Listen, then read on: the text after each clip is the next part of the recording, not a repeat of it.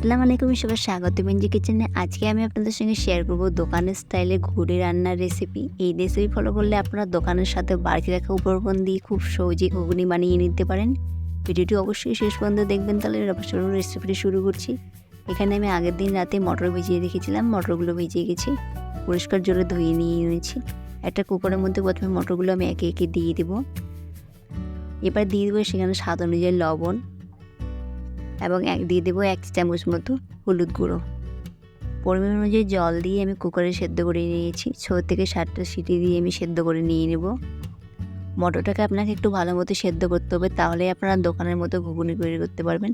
এই যে দেখুন মটরটা কতটা ভালো মতো আমার সেদ্ধ হয়েছে, হাত দিয়ে ভেঙে যাচ্ছে খুব সহজেই।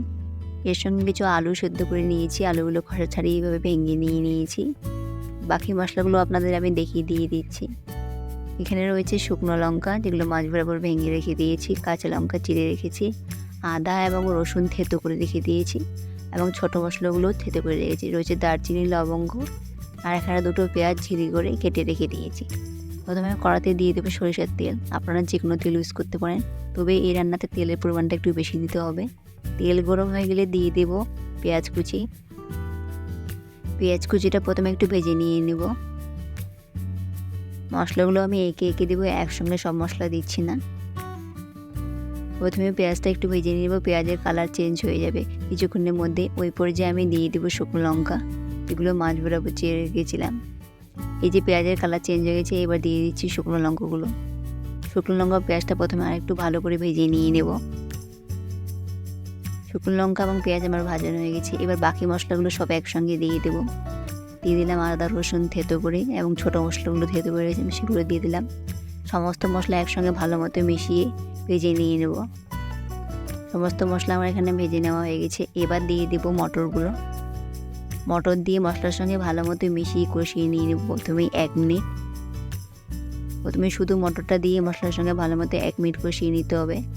আপনাকে দোকানের মতো ঘুগনি রান্না করলে একটু মটরটা ভালো মতো সেদ্ধ করে নিতে হবে এবং এই রান্নাটা একটু সময় নিয়ে ভালো মতো মটরগুলো কষিয়ে নিতে হবে। এবার দিয়ে দেব পরিমাণ অনুযায়ী হলুদ গুঁড়ো এবং শুকনো লঙ্কা গুঁড়ো। মশলার সঙ্গে মটরটা মিশিয়ে আরেকটু কষিয়ে নিয়ে নিচ্ছি। একটু ভালো মতো কন্টিনিউ নেড়ে কষিয়ে নিয়ে নেব। এই যে আমার একটু প্রথমে মশলা কষানো হয়ে গেছে মটরের সঙ্গে। এবার দিয়ে দেবো সেদ্ধ করা আলু।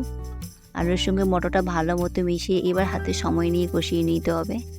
আপনাকে কন্টিনিউ নেড়ে কষিয়ে নিতে হবে, নাহলে আলু এবং মটর নিচ থেকে লেগে যেতে পারে। সমস্ত আলুর সঙ্গে আলুগুলো ভেঙে দিয়ে মটরের সঙ্গে মিশিয়ে কষিয়ে নিয়ে নেব। কিছুক্ষণের মধ্যে দেখবেন যে আলু এবং মটর থেকে তেল ছাড়তে শুরু করে দিয়েছে। ওই পর্যায়ে বুঝে নেবেন আলু মটর কষানো হয়ে গেছে। এই যে ভালো মতো কষিয়ে নিয়ে নিচ্ছি।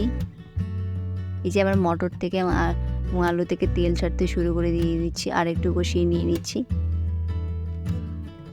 দেখুন ভালো মতো তেল ছাড়তে শুরু করে দিচ্ছি। এই পর্যায়ে দিয়ে দিব জল। প্রথমে জলের পরিমাণটা একটু কম দিতে হবে। জল দিয়ে সমস্ত জলের সঙ্গে মিশিয়ে দিয়ে দিব স্বাদ অনুযায়ী লবণ। লবণের পরিমাণটা একটু স্বাদ অনুযায়ী দেবেন, যেহেতু মটরেও লবণ দেওয়া রয়েছে। ভালো করে মটরগুলো জলের সঙ্গে মিশিয়ে আর একটু কষিয়ে নিয়ে নিতে হবে।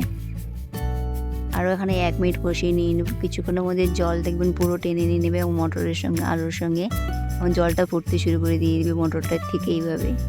এইবার পরিমাণ অনুযায়ী ঝোলের জন্য জল দিয়ে দিলাম। জল দিয়ে ভালো মতো মটরটাকে নাড়তে রাখতে হবে, নাহলে নিচ থেকে লেগে যেতে পারে। একটু নেড়ে ভালো মতো জলটার পরিমাণ অনুযায়ী শুকিয়ে নিয়ে নেবেন।